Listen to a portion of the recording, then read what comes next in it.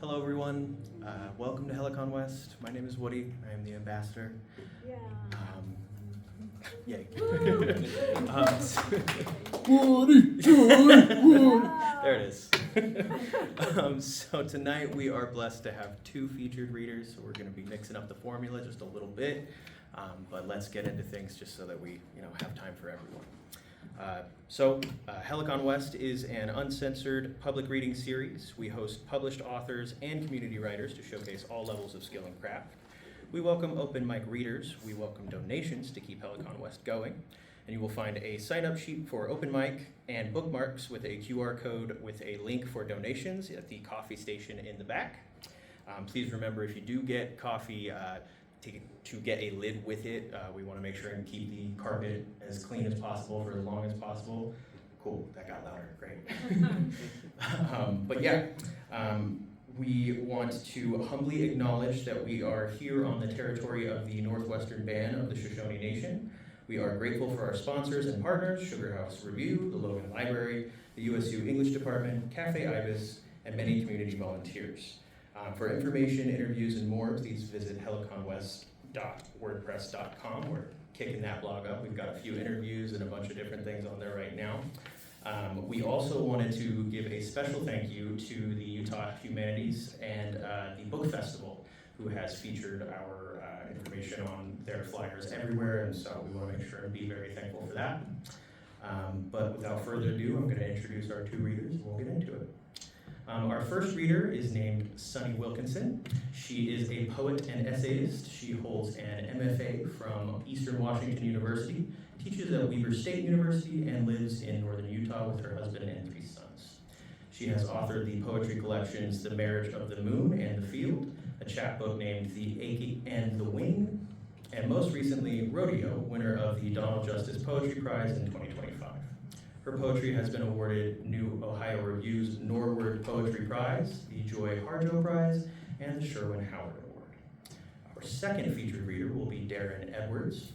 Darren is a writer and photographer based out of southern Utah. He holds a master's degree in literature and writing with an emphasis on research-based creative nonfiction from Utah State. His essays, poems, and photos have appeared everywhere from university literary journals and popular trade magazines to broadsides stapled to telephone poles. He's the author of 2 works of creative nonfiction, Utah Sport Climbing and Supernatural Lore of Southern Utah, both from the History Press. His first collection of poetry, The Flood and the Fire, is out now from Moon and the Rye Press. Without further ado, please welcome Sunni Wilkinson.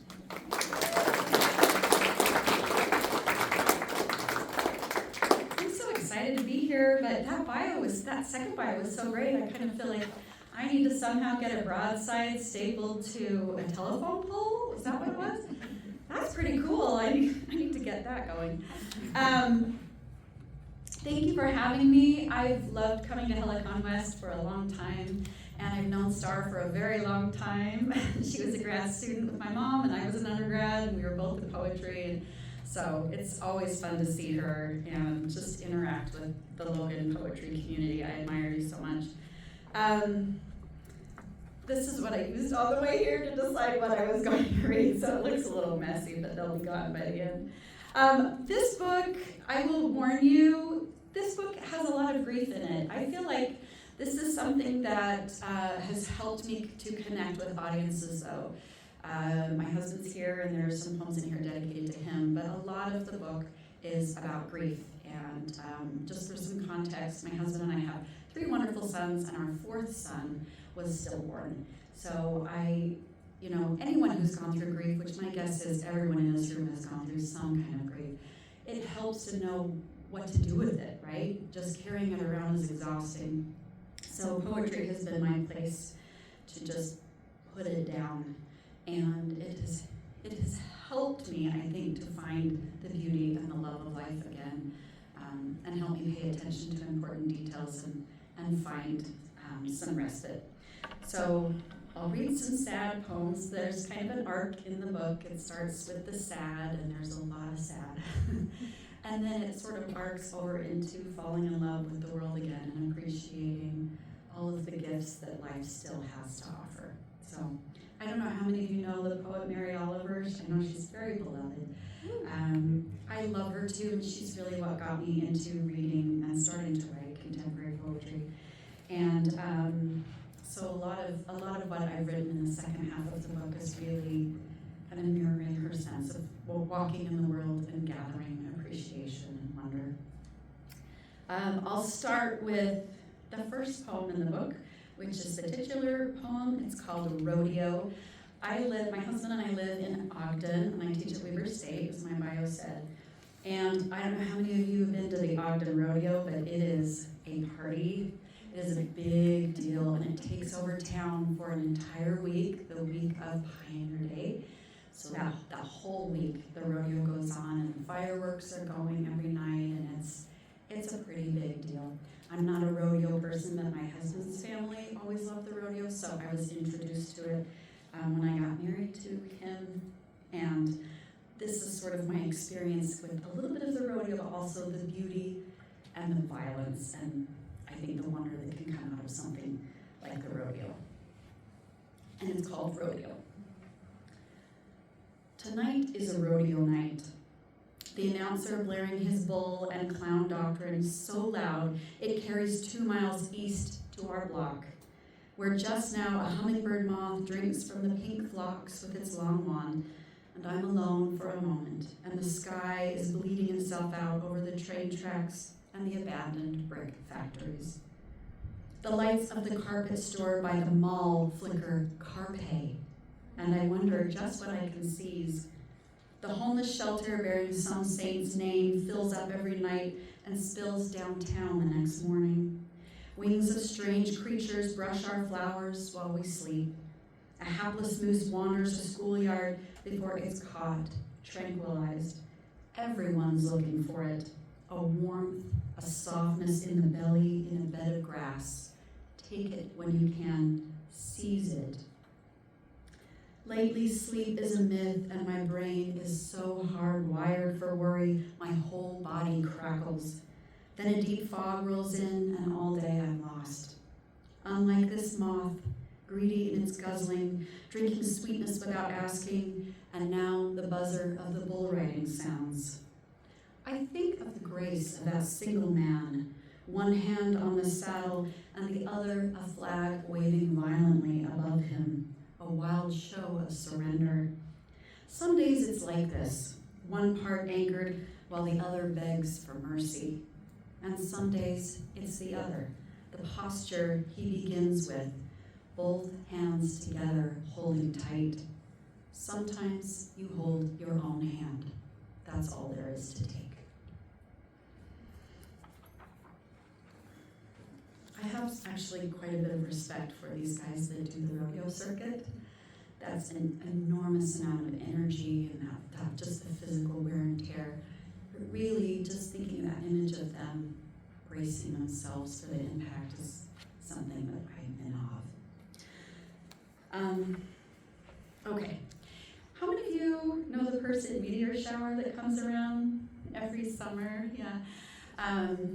I love catching it, and we try to catch it with our kids every summer, and I don't think we did a very good job this year, but try to pull them out in the middle of the night and drive up in the back of our truck into the foothills and just watch those beautiful lights just pour down over you.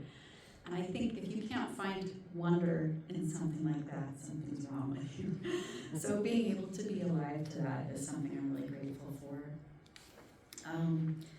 This is another grief poem, and it is about the Perseid meteor shower, and it's also how to deal with talking to the dead. So this is called Conversations with the Dead. The stars are the remains of the words. Look how they too are left in the dark to shine. Everything we've said, all saliva and tears, and whatever rose like a bubble with our ache, those nights we hollered inside the heart of the dark. And tonight, under the meteor shower, messages come to me from the other side. My dead son talks in the tail of each streak of light, saying, tell him you're sorry. Keep buying chocolate milk. I'm happy. All day I open and close like a lid, all day like a mouth that can't stop wanting and knows the wanting hurts. But under purses, it's safe to lift the weight over my head, to telegraph my graphic grief. Let it stay in that space we call space, where I can't touch it or take it back. Only look and say, I said that. I meant it too. And tonight, the slow burn of my words is finally answered. Light like laughter plunging toward me.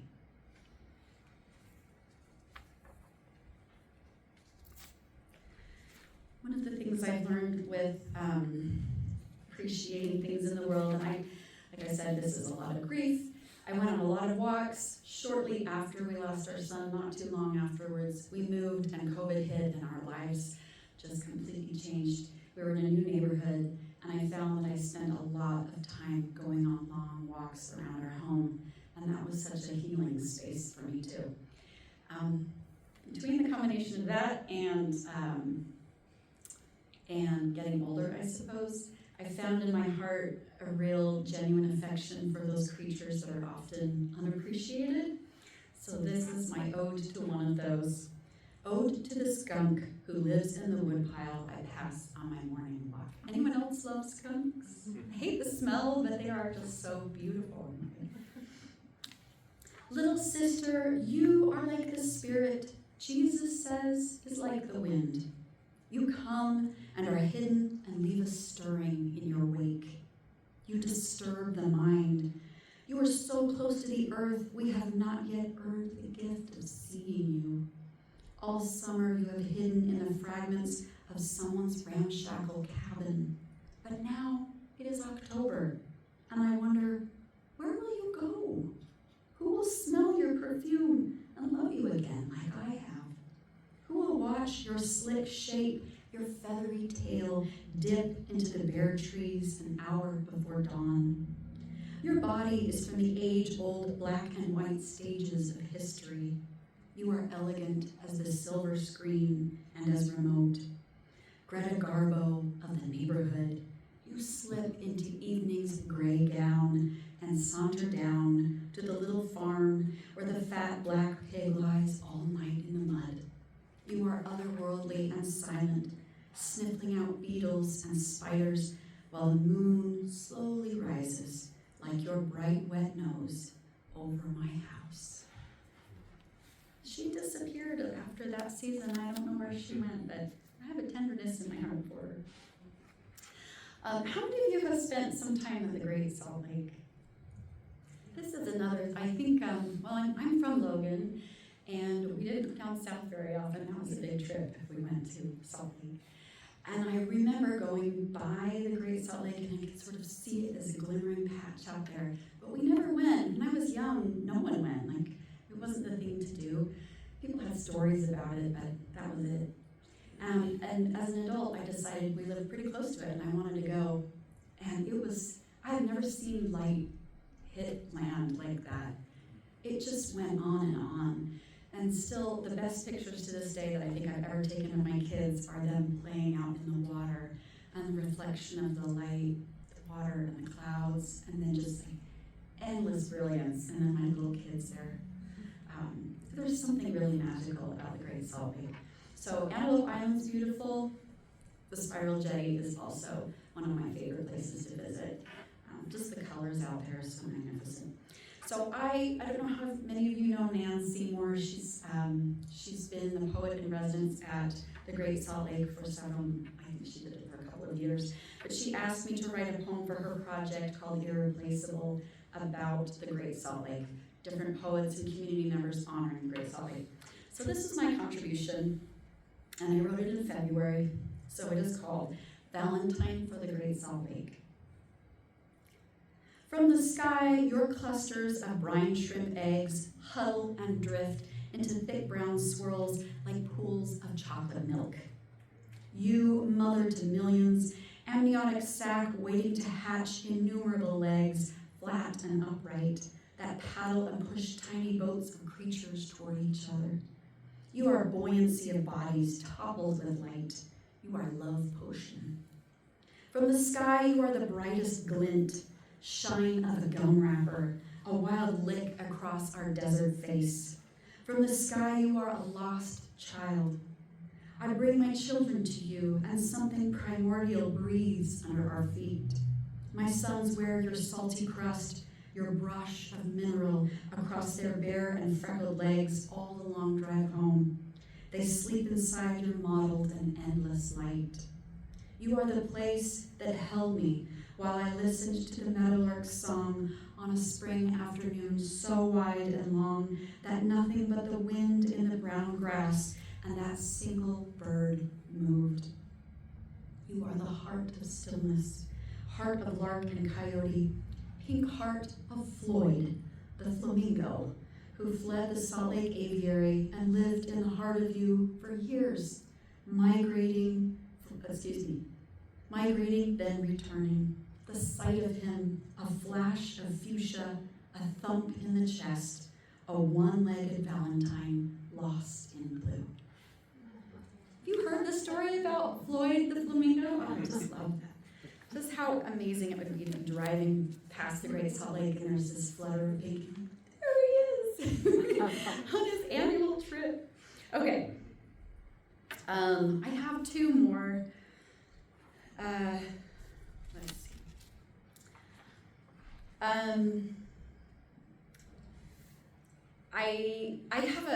So my husband has a best friend from high school who's this animated, really hilarious guy. And his mother is also just this wise, hilarious, like straight-talking lady, and I really admire her. And I'm a little afraid of her, even though she's just so kind.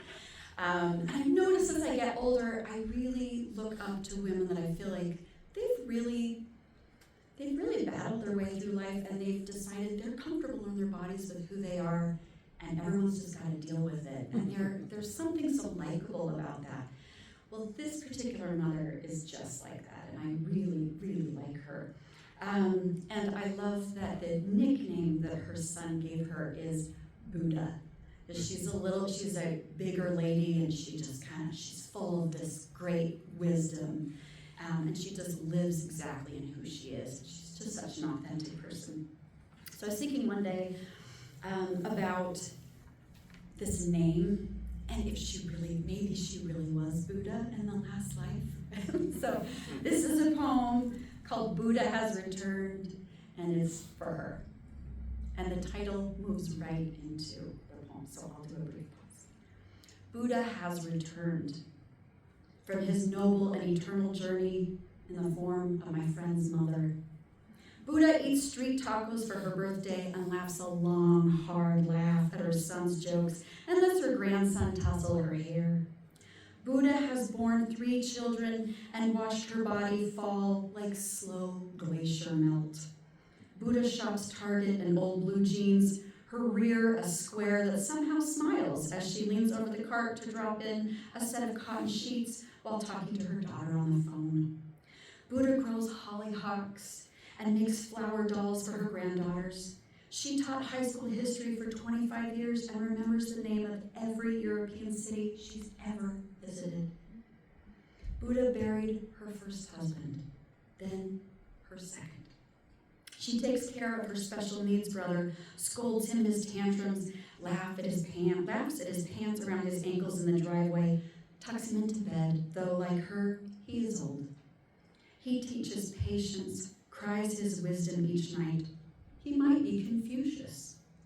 Tuesdays, Buddha and Confucius argue and walk the grocery aisles in white sneakers, 2 enlightened spirits searching for frozen corn. Last summer, Buddha rode a ship into Antarctica. She stood at the bow and let the breeze chill even the roots of her hair. Before her, Buddha saw a garden of ice always in bloom. She knew the ancient birds circling the sea and loved them. She held herself close because everyone who once did that is gone. Buddha will empty her beautiful grievances like gifts before she departs again. She has worn gray like a crown. She has worn lips like 2 happy, fat lizards. She has worn grief into belly laughter. She gathers the world the way she gathers her grandchildren to her bosom and squeezes. Each time she enters the room, her wide mouth smiling, a voice inside us cries, a light, a light. I want to be that woman someday. Okay. I will close with a poem that is toward the end of the book.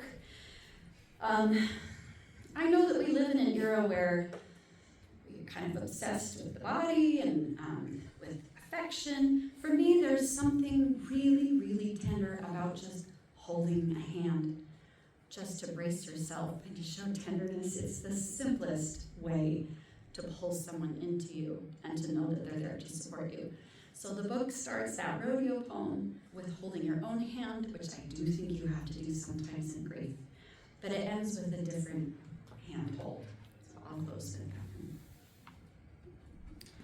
I drive past the cemetery, wrapped in ordinary days.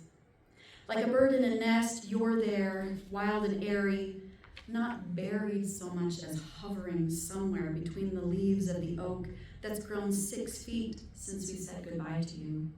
Oh, little cloud, little lark, I drive past you, longing for you, but tethered to the world. I'm tapping on my steering wheel to sweet thing. It's me, I'm dynamite, and I don't know why. Or gently swaying my whole body like some mystic to my sweet Lord. You know, I love songs with the word sweet in the title, like a prayer to tenderness. I drive past with mountains of brown paper bags from Winco, inside buttermilk bread soft as a baby's foot, toothpaste tubes with Star Wars and cartoons, strawberries and blueberries huddled in their plastic cases, their faces plump and eager. I drive past Tuesday and Thursday late morning after class when I feel so bright alive, after long talks about Chekhov and that cherry orchard, after undergrad epiphanies and acne, and the day that quiet student in the back said, I saw my first play last night, it was so good. Like her whole world just started and she knew it. I drive past with your dad and brothers from Grandma JoJo's Sunday dinners, smell of her roast steeped in our clothes, bowl of leftover salad on my lap, all of us laughing at your dad's Chewbacca impersonation. I drive past riddled with appointments, bad radio, roadkill, the kilt of that guy who walks to the tech school. You love him for that too. You who are bodiless but watch from somewhere in the trees what bodies do all day with the current of their blood like electricity that never shuts off.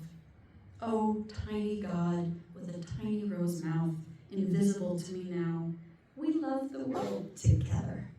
Me with my aging, tired, wired, singing, breakable body, and you without yours, watching me pass. Your kingdom of quiet, my whole life aflutter with color and noise and smells, your world, this mystery I lean into for a moment. Every day I wave to you with my breath and my heart, and you wave back, a breeze through the oak leaves. Above them, even the clouds in their amorphous shapes play our game. Here a horse running toward another horse, or there a hand. For one moment, holding another hand. Sorry, I don't usually crack it.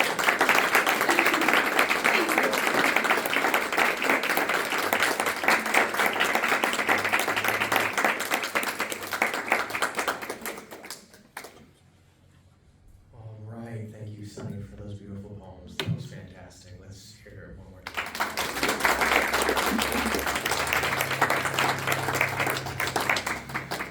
Next up, we have Darren M. Edwards. Let's have a round of applause for him as well, please.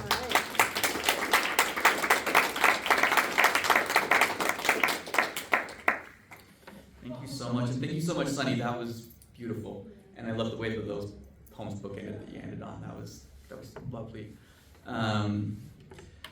Super grateful to be here. I love Logan. I spent 10 years here. I have a lot of love for this place. Most of what I read today is going to come from my first and probably only book of poetry, The Flood and the Fire. This book came about because I had the great opportunity to meet Lisa Bickmore, our wonderful poet laureate, and she was telling me about her press, Moon in the Rye, and I actually squealed when she said that, because you understand, Ken Brewer is my favorite poet to this day, and "A fence never kept the moon out of the rye" is one of my favorite lines from one of my favorite poems of his, and so I was just like, if I'm ever going to do it, this is where I'm going to do it. So the name was originally going to be something really dumb, and I almost didn't listen to everybody when they told me to change it. But then I was reading James Baldwin's The Fire Next Time, and I was so moved by it and his message, and I was kind of like, this is, we don't just need the fire next time, we need the flood and the fire. So that's where that came from. I'm going to jump to that in just a second. I want to read, I love and am moved every time that an event like this starts by acknowledging the land that we're on. And it's such a beautiful gesture, but it also feels so, it's just not enough, you know what I mean? And so this is from, I'm just going to read the start of this. This is from my Supernatural Lore of Southern Utah. And this is the 2 chapters that I was the most nervous about in this book, and just because I didn't want to screw them up, because I felt like it'd be really easy to do that, were the Mount Meadows Massacre chapter and the Skinwalkers chapter. So I'm just going to read the start of the Skinwalkers chapter. Sitting inside a thin nylon tent in the dead of winter, snuggled away in our sleeping bags, we stayed up well past the lights out order our scout leaders had given us. We'd stuffed our shoes and clothes to the bottom of our bags so that when we had to dress at the crack of dawn for a snowy hike, they would be warm. Illuminated by flashlights, shadows dancing around inside the tent, we took our turn telling scary stories. I was the youngest in the tent and simply listened, wide-eyed, as the other boys told ghost stories, stories of monsters and murderers. The air inside the tent was tense, but not uncomfortable, as is usually the case during such late-night ghost story sessions. That is, until the oldest boy, probably 15 or 16, asked the question that I found causes people, in the Southwest at least, to squirm more than any other supernatural question. Have you ever heard of skinwalkers? I have had old, young, religious, skeptical, rich, and poor all show the same bodily shiver of discomfort when I switch the topic from ghosts or Bigfoot to skinwalkers. The really interesting part, all of these people are non-native, and overwhelmingly they are white, while skinwalker lore is something belonging to the Navajo. I remember the way my skin grew tight as this boy told us that skinwalkers were Indians who'd made a deal with the devil for supernatural powers. They'd wear the skins of dead animals and hunt for live flesh. He told us a specific story about him and his brothers driving around out in the desert when, out of nowhere, they saw a man running alongside their truck. They sped up, and the man, draped in a wolf hide, kept pace. Faster and faster they pushed until the truck's speedometer was pinned. Still, the skinwalker stayed right next to them without even breaking a sweat. He even casually turned his head to give them a flash of his yellow eyes before suddenly vanishing. Nearly buried in my back now, I whispered, "Why? Why did it stop?" Confidently, the boy replied, "Well, we were on sacred Indian ground. It chased us until we were out of its territory." This story, and the way the boy told it, highlight a number of themes found in non-native supernatural tales that deal with native or native-related ideas. There are hordes of stories about cursed native bones and cemeteries. Some of the most iconic horror films of all time are set in buildings or areas built on top of Native American burial grounds. The plot for the 1982 film Poltergeist, with its famous "They're Here," is based on a real estate development having been built on and thus cursed by a Native American burial ground. Pet Sematary, the 1979 film The Amityville Horror, even Jack Nicholson's The Shining involve or are set in these sacred native spaces. All of these, and the majority of oral lore, hint at a deep and unacknowledged cultural guilt associated with American history as it deals with the country's indigenous people. This idea can be traced back to the 1700s. As Colin Dickey notes, the Anglo fascination with Indio burial lands stretches back at least to the 18th century. The revolutionary poet Philip Freneau was one of the earliest to approach these sacred lands with a mix of exoticism and foreboding. Under the banner of Manifest Destiny, westward expansion led to the deaths of millions of indigenous people. Outdated estimates say the number barely broke 100,000, but most contemporary estimates put the number well into the millions. In a horrifyingly real way, American history is the story of building on top of an indigenous graveyard that we created, and we are haunted by that knowledge. Of course, one of the problems with this idea is that it paints Native Americans as a bygone race rather than a living people, a culture still fighting for survival. Sacred native land is protected until we need to build a wall or an oil pipeline. But skinwalker lore, particularly non-native skinwalker lore, can show us more than our guilt, especially when we contrast it with actual native lore. I use native here in a broad sense, but as stated earlier, skinwalkers are specifically a Navajo belief. I'll stop that there. But, it goes on to share a number of non-native stories that people told me, and then has 3 really intense stories from a Dene Navajo woman that I interviewed for the book. The next thing I'm going to share with you is shift gears. This is, I don't know, I always have to share something for this just because it was one of my favorite projects I ever did. So this is the official apostate songbook. And it came about because I was rocking my newborn child to sleep and, you sing to him. And I found myself singing the songs of my youth to him because that's just what I instinctually went to. And so I'm like, I hope they call you on a mission. No, I don't, not anymore. And it's very important, this is not anti-Mormon in any way. This was just my attempt to reclaim the tunes of my childhood and kind of impart them with lessons that I would want to teach him. So for example, I have one called Face the Difficult Truths, which is done to the tune of We'll Bring the World His Truth, which is originally the hymn is about being born of noble people and living up to that. It starts off, we have been born as Nephi of old in something times. It's gone now. But anyways, I'm just going to do the first verse of it. We have been born in privilege, truth told, in social casting like times of old. We can be blind or choose to see that we must fight for equality. Lift the voice of those in the margins, support them in sharing their truth. And we can change the world for the better till none are silenced or bound. So that was fun. I read to him one of those for the first time the other night, and he was all like emotional. Then he went and spray painted a neighbor's house. Children are difficult. So I'm going to jump into this, and the first one I want to read is called At the Open Mic.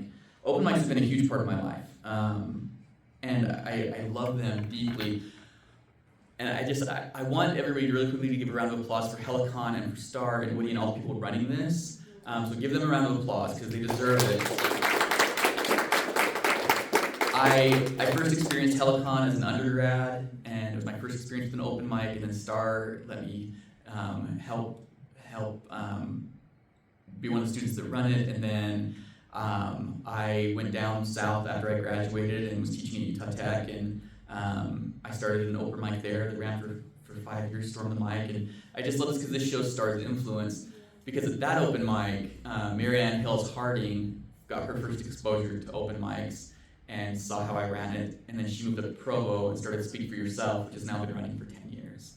So that all starts back with Star. So. But I have a passion, or I will always have a place in my heart for open mics because I think it's such a good place for people to find their voice, and so many people who have been denied a voice, or lost their voice, and that's what this is about. Preparing to leave work, he takes a last lingering look at the gray photo of himself in his 20s, back before the weight of his 401k had compacted the bend of his back. He looks at the photo and the copy of Kerouac it casually covers. Later, at an open mic, he sits under dim lights and thinks to himself, this is good. Doesn't care to see the audience's face or know their names.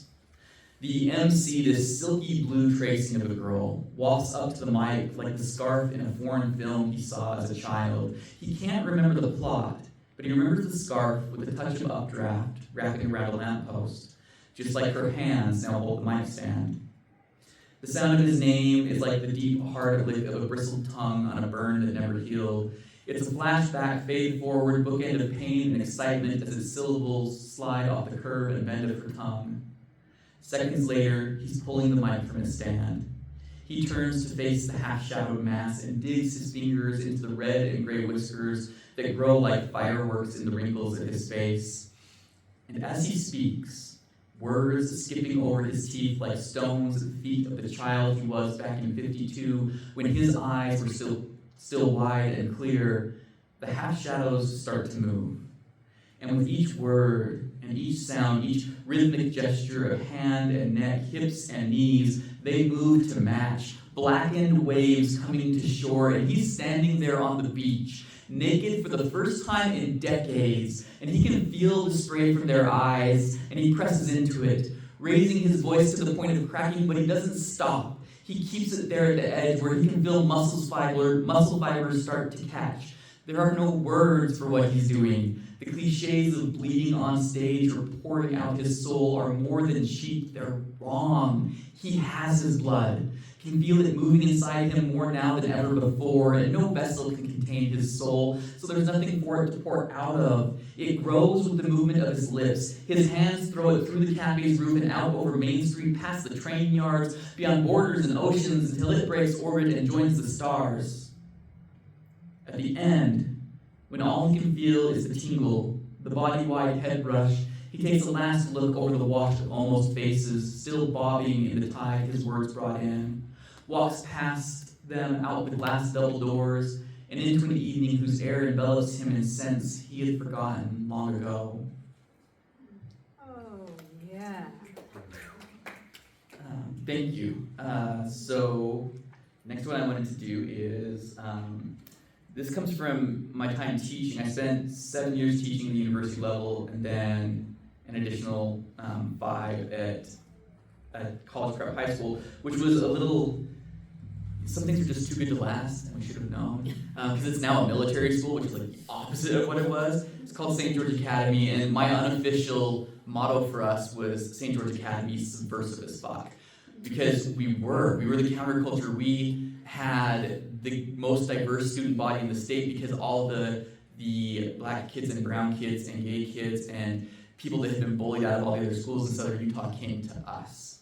And I had a slam poetry class I taught there every year, but the first year was the most magical. It started with 10 students and very quickly grew to 40, and every single one of them was writing through trauma that they had been through. And so at the end of that year, I wrote this poem for them. It's called "This Is My Resurrection." Before we say goodbye, I need you to know that your words, pain worn into spiral-bound pages or carried on quietly quivering vocal cords, has been the implement of my death. Over and again, like a stone to the head, a side-impact semi-truck collision I never saw coming, a slow suffocation, a spontaneous combustion. I have died 100 times over as you shared poems about the men who took from you what was never theirs to take, and the mothers who stood by and watched it happen, or the drug addicts and Ophelias who took pieces of you with them. Poems about your coming to terms not only with your identity, but with the realization that society never may. Poems about the girls and the boys who found new ways to break your boundaries and your hearts. You need to know that each poem burned an epitaph onto my ribs until my heart was surrounded by a cemetery, headstones carved of bone. But your willingness to face what your body and mind screamed to run away from, the courage you showed by picking up each stone, the conviction I could see in your eyes as you drove that semi toward your past and everything you've been through, the warmth you offered each other as you lit the match. It was these things that brought me back, time and again. Thanks to you all, I am reborn. Watching you learn that broken isn't bad, that scars are nothing to be ashamed of, that you are so much bigger than the things that have been done to you, press fresh air into my lungs. You should know that you are the strength you were always looking for in someone else. You are proof that life can come from things we once buried. You have shown me resilience and hope, passion and the audacity of youth, and you should know that I will never forget you. I think I have time to get through. I have 3 more I want to do. The last one's pretty short. So this next one is called Depression Vows, and that's all the introduction I'll get. It's a persona poem, if you know what that is. I take you to be my partner for life. In those moments when you feel so alone, blackness can swallow you whole, when loneliness is a blanket stitched together with the things you can't seem to make yourself do, when the only thing colder than your skin is the sweat pressing out of it, I will be with you. When you haven't been able to shower in weeks, when the idea of getting out of bed is more than you can take, when exhaustion follows you like a cartoon rain cloud, your mind grows soggy, weighed down with things that aren't real, I will be with you. When your irritation at something insignificant explodes and you excuse yourself from your family to pound knuckles into the heavy bag in the garage until your skin tears, until your blood streaks across the bag, until you collapse on the cold concrete, your chest heaving, reaching for breath that is not there, I will be with you. I promise to never let your accomplishments scare me off, to keep you on your toes so that no one can expose the fraud you really are. I will be your ally against the world. I will do everything I can to help you grow away from life, away from those whose love you might question, from opportunities that could end in failure. I promise to embrace your faults and weaknesses, to never ask you to be more, to always accept that the worst of you is you. I know that not everyone thinks we belong together. Your friends don't want to acknowledge that I even exist, but you can feel me in every part of you. You'll test my loyalty, trying to push me away with drugs and therapy, but I am patient, and I will wait.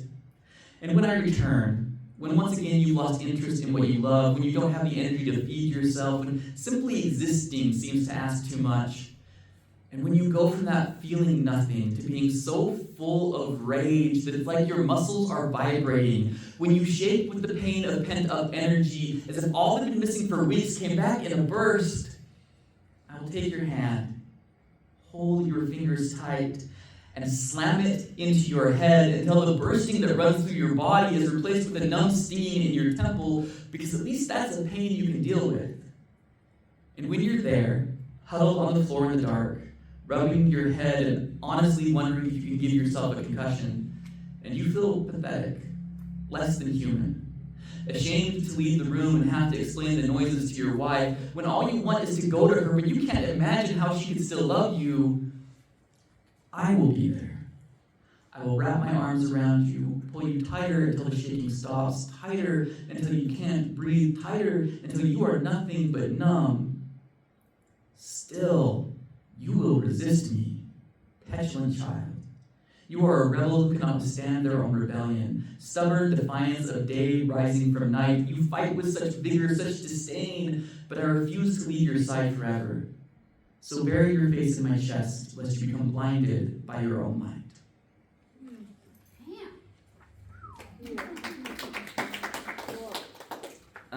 This one, so I've got this one and one more.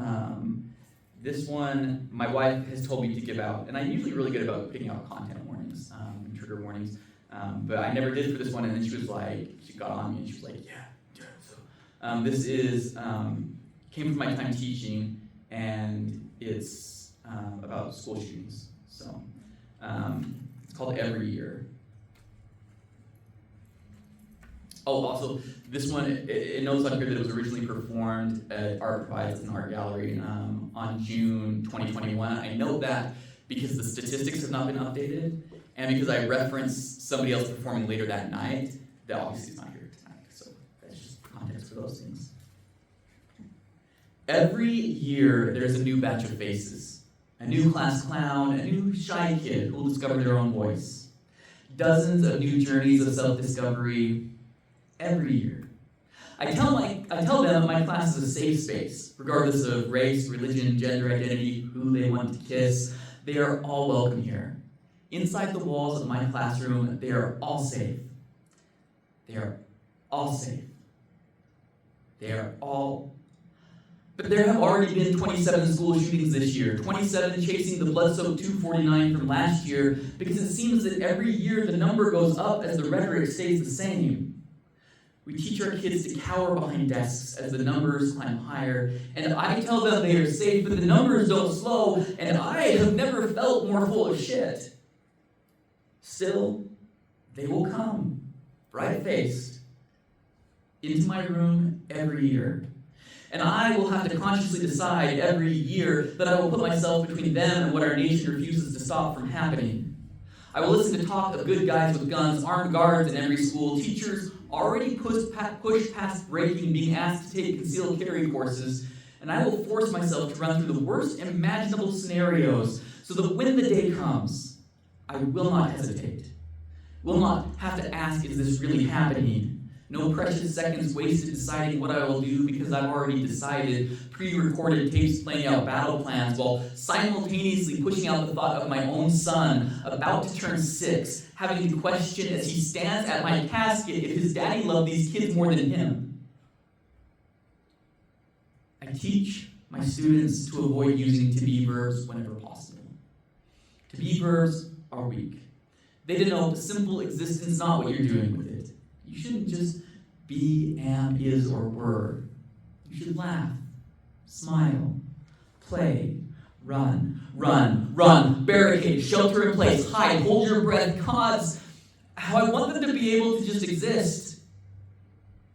Tonight, one of them, a bright new face from 4 years ago, is performing on this stage. She made it. That phrase used to celebrate graduation, coming of age, stepping into a fresh new world. But now, in the land of the free range, it means that she survived. Her blood still pushes poetry through her veins because she wasn't one of the 52 students killed while attending school in the past 4 years. And come August, I will be there. Doors open for them because they will be there every year. And we will not let them face this alone.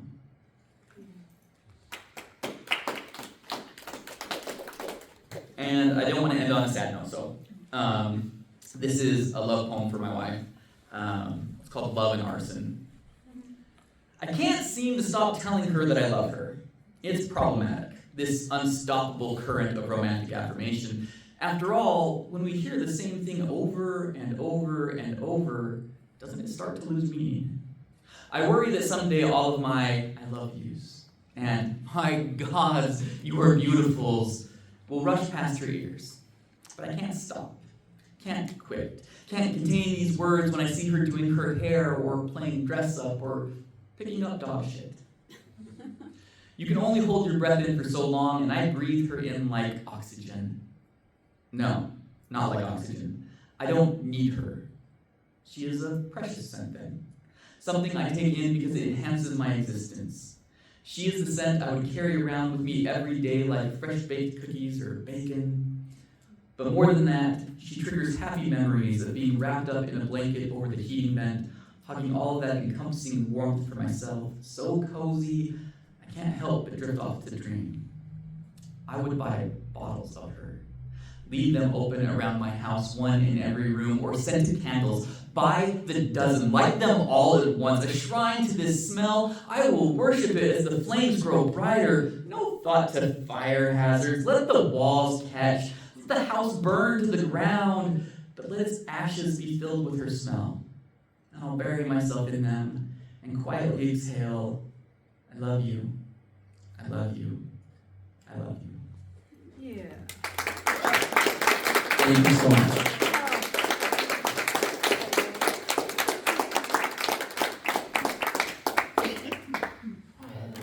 That was wonderful, some extremely powerful words. Thank you so much, Darren. So we are going to move on to our open mic section. Before we do, though, I just want to say again, thank you to both of our featured readers. Round of applause for them. Yeah.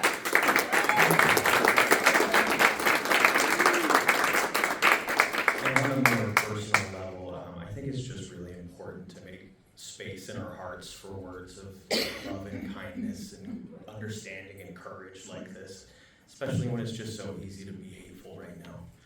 So I just really appreciate you guys. But that out of the way, we have our first 3 open mic readers will be Mark, Jen, and Star. You are free to come sign up still. It will just be over here past all the books that you should buy.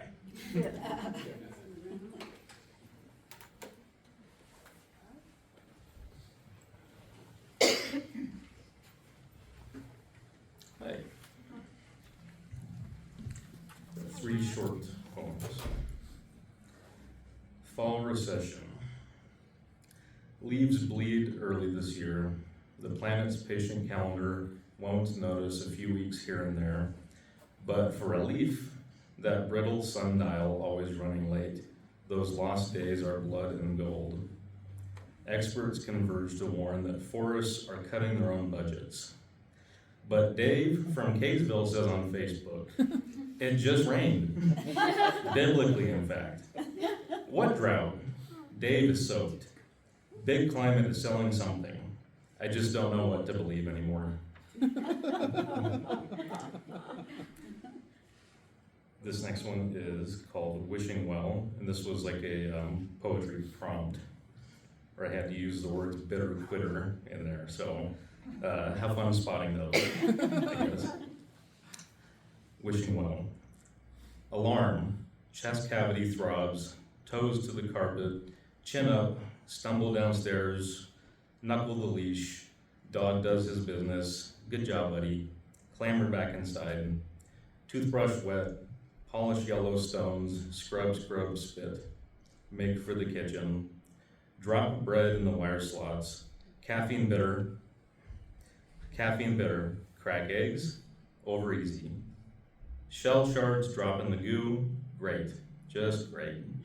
Scoop out the fragments, yolks broke, scrambled fine. There was toast, charred now, don't be a quitter. Scrape ash into the trash, extra butter. Nuke the coffee, order up, plead with the day. Be good, please. Shovel the offering into the wishing well. The last one is called Lessons from the Trout.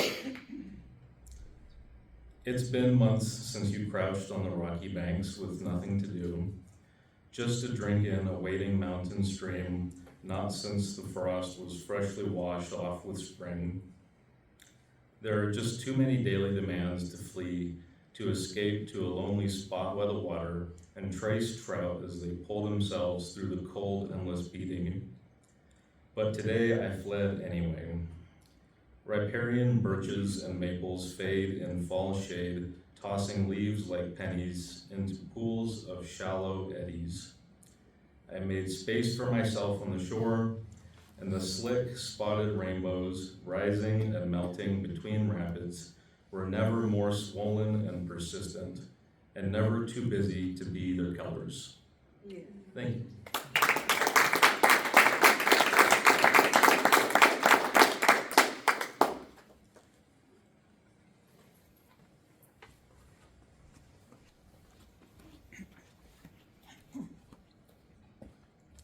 Hello.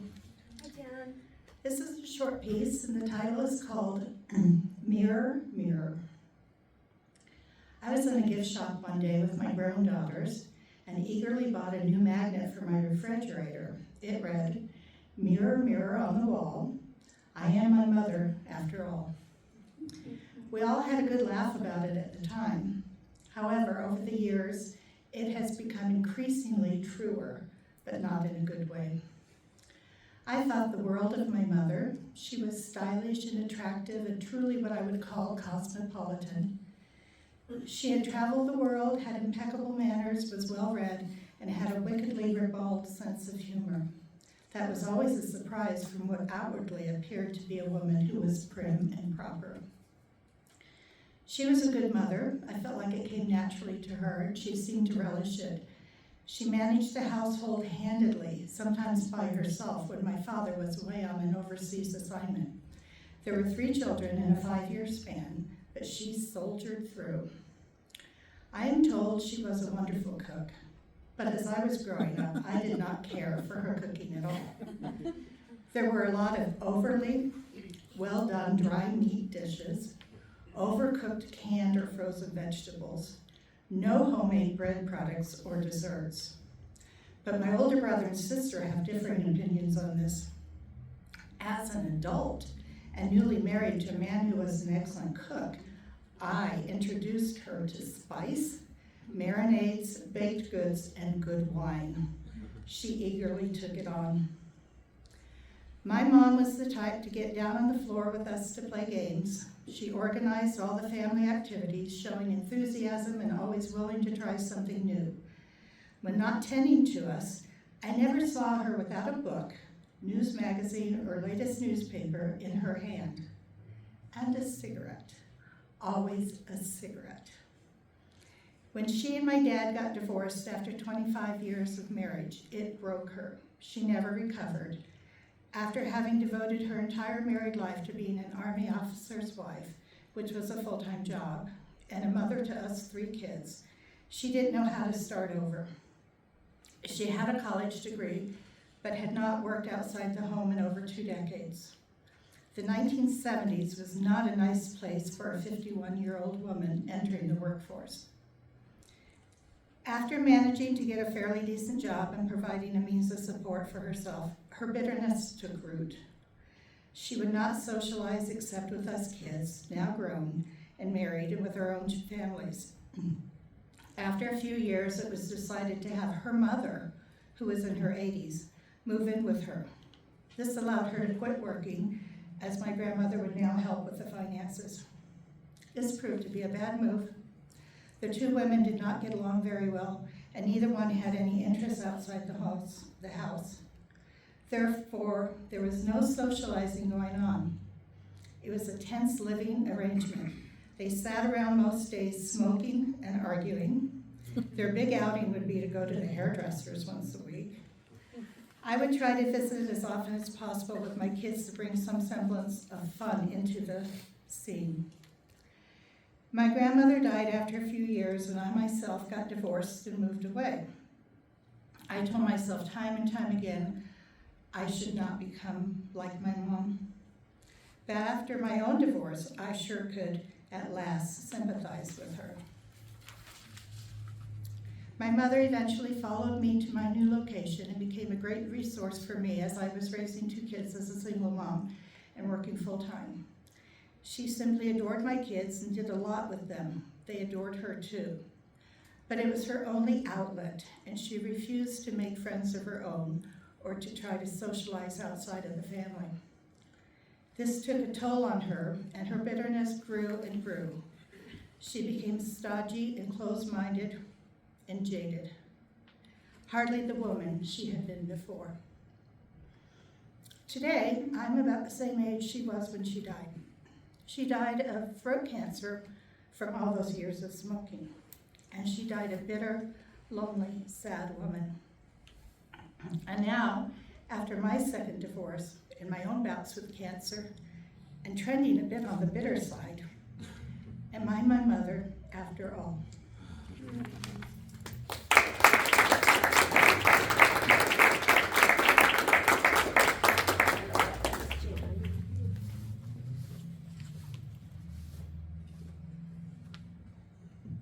This is like old times at Helicon. We have these fabulous readers who come and share what's there in a book. Be sure to buy the books, but let me get the first ones so that I don't miss them, because I don't have them yet. I'm so excited about them. Thank you, Sunni.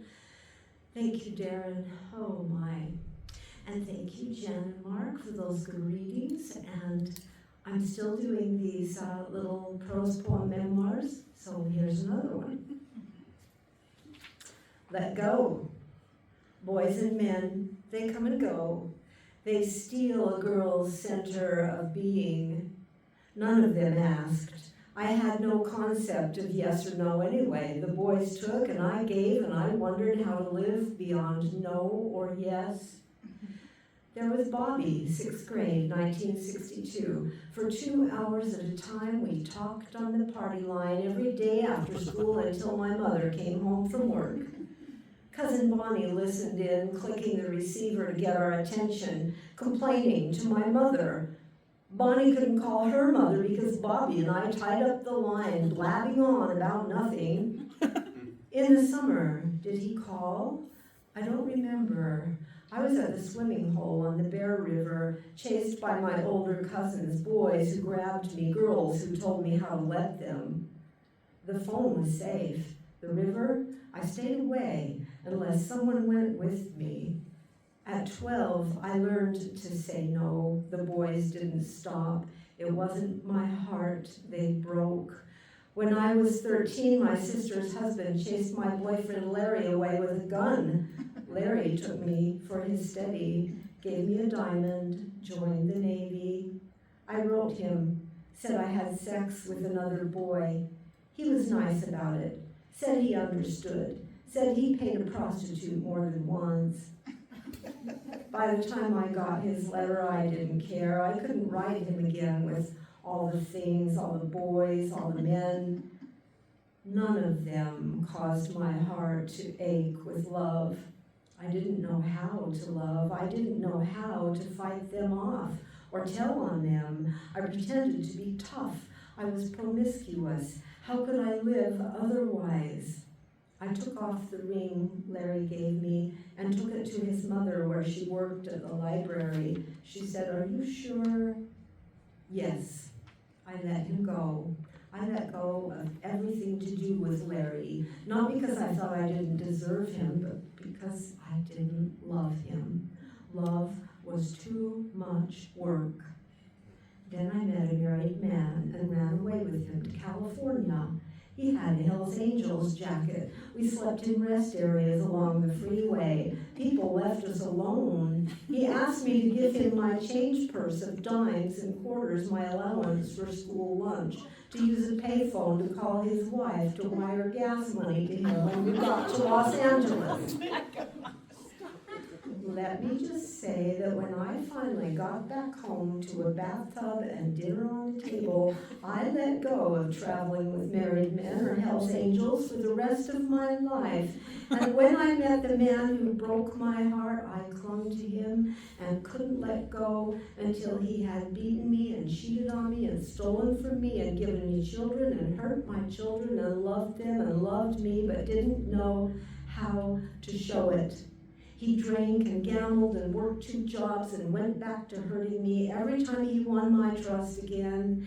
And when at last I got away from him, the children were on their own, and I had learned how not to go back.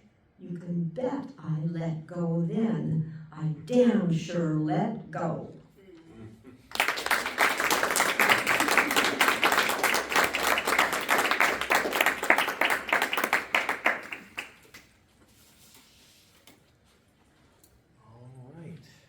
Looks like we only have 3 more people signed up, so if you're thinking about it, get up here. But our next readers will be Ron, Naomi, and Katie. All right.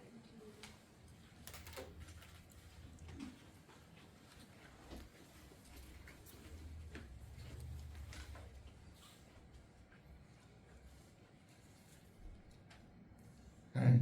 Hi, Ron. You can't go home. You can't go home. That's what they say. The server had a price. To me, one way. They were happily for 12 years straight. You got to smash him. It was so good. And it was hard last year. It was a similar thing. It didn't work out. It was just a fling. You can't go home. That much is too. If a job you had, become something new.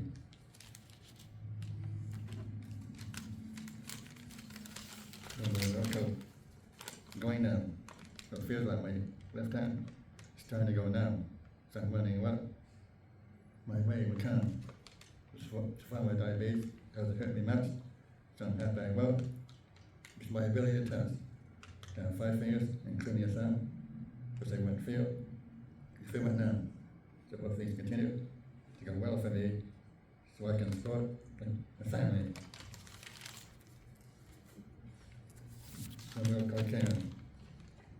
Karen, we miss you. You can't believe you're gone, even though it's hard. You're doing what's going on. You're in a better place now. You can be a fan. They patiently interfere. The time with you, let us spend. So goodbye for now, until we meet again. My love for you will never end. Thank you.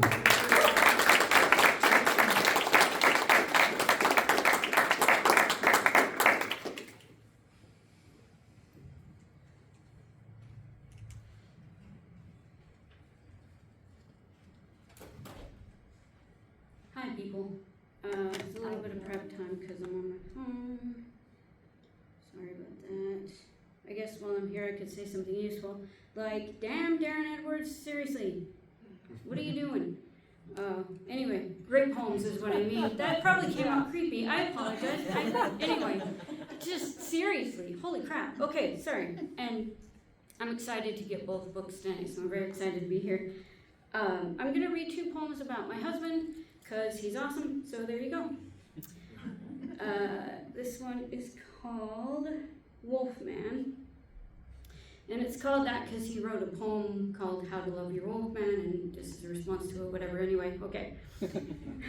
Wolfman. His wide blue eyes shelter beneath shaggy copper-tinged bangs.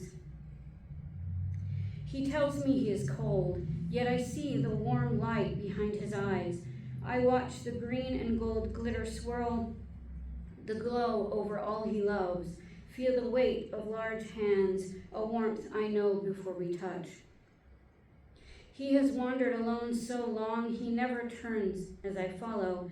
When the moon rises, he sees my shadow, freezes long enough for me to catch up. I take his hand, lead him inside. I will teach him to see stars in darkness, to feel warm, red desert wind tinted with sage. Oh, I guess it's the end. Sorry, I haven't read that in a while. Didn't know how short it was. All right, anyway. This is how a pro does it, I'm just saying. All right, this poem is called The Best of Them. Born to dust, knee-deep in snow-covered greasewood, you stood, swallowed alkaline white like sugar, shouted at the sky. When left bloody, you walked home to chaos and quiet. To all the fucking shouting silences, you did this. Grew up alone, made yourself a man, a good fucking man, who loved with a heart so bruised it hurt to breathe. You rose out of the desert, called home, checked in, sent condolences and congratulations, always, never receiving any of your own. Your family wore you like a shadow. Alone, you taught yourself to shine. You are a light in the window. To me, you are a blanket of stars shutting out the dark. Thank you.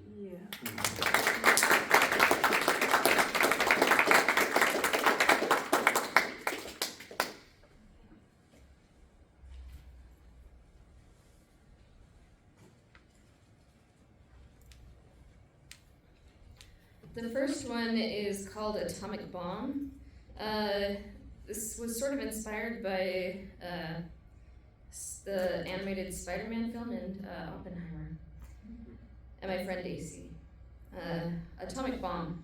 Of the attachment, read the words I've written. I'll attempt to paint the picture. I'm seeking, always looking in my mind, for the light is shining, shimmering, swirling, building, and dissipating, percolating.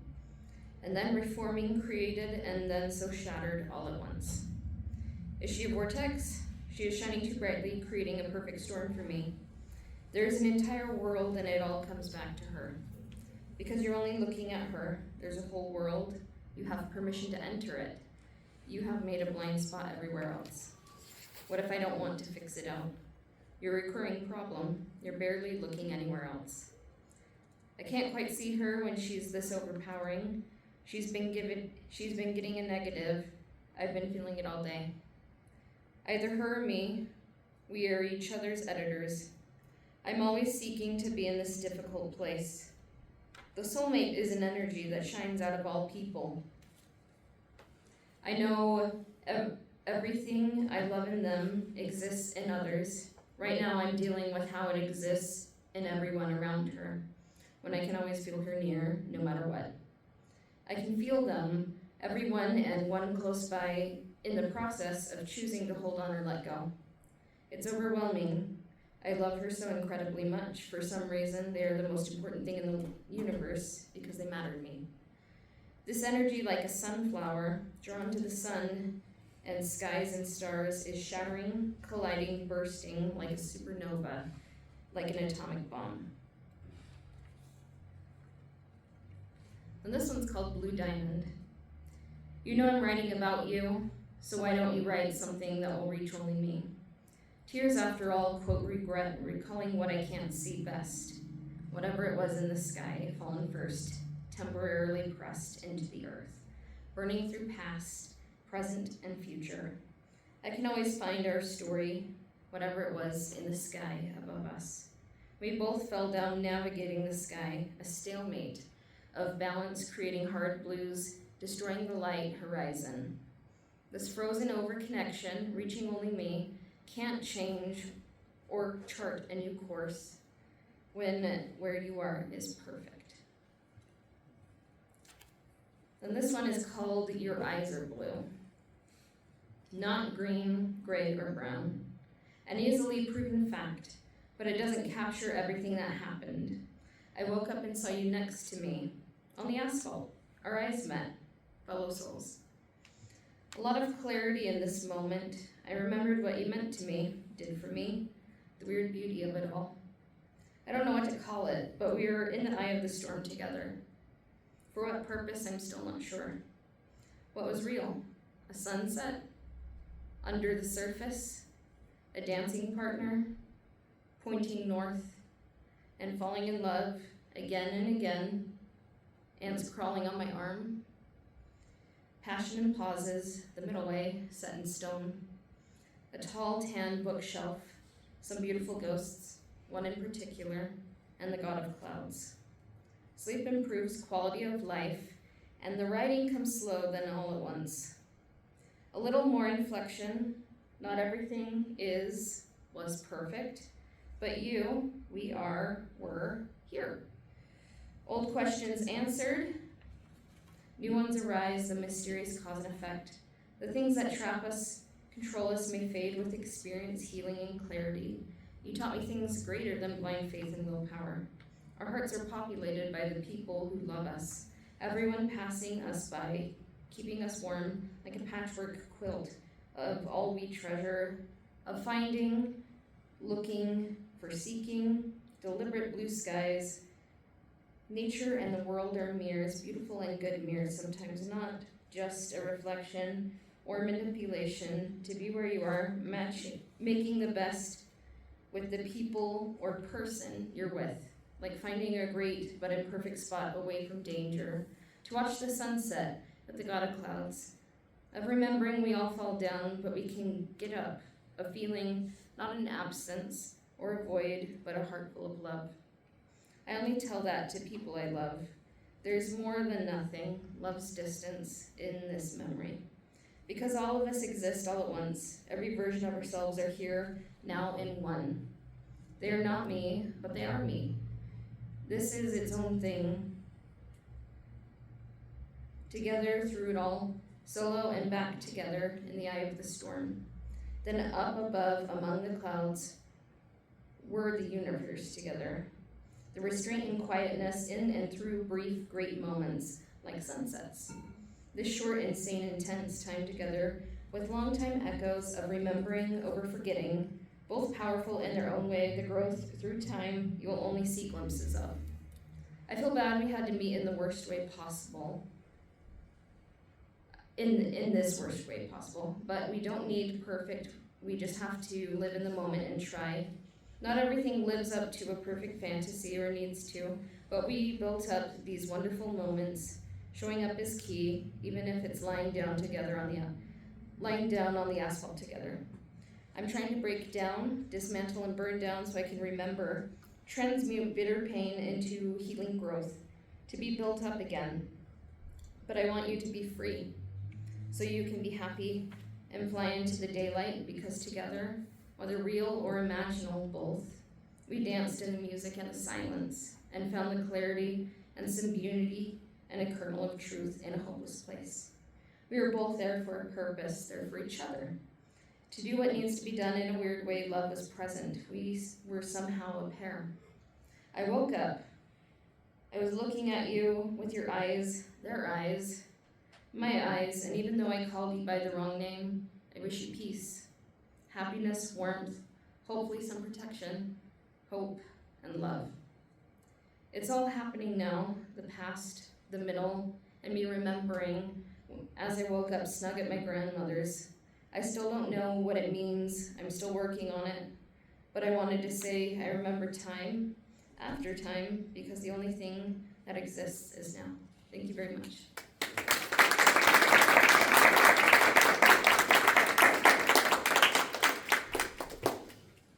All right, that concludes our open mic section. Thank you so much for coming, everyone. Please remember to come next week, or excuse me, 2 weeks from now on the 23rd. Naomi Tim and Isaac Tim will be our featured readers. It's gonna be great. So don't miss it. Again, that's October 23rd. If you wouldn't mind putting at least one share back, that would be super helpful, but I'll take care of the rest. Thank you. Thank you, Woody. Thank you, Woody. Bye, Brooke. Yes, buy all the books. Buy all of the work.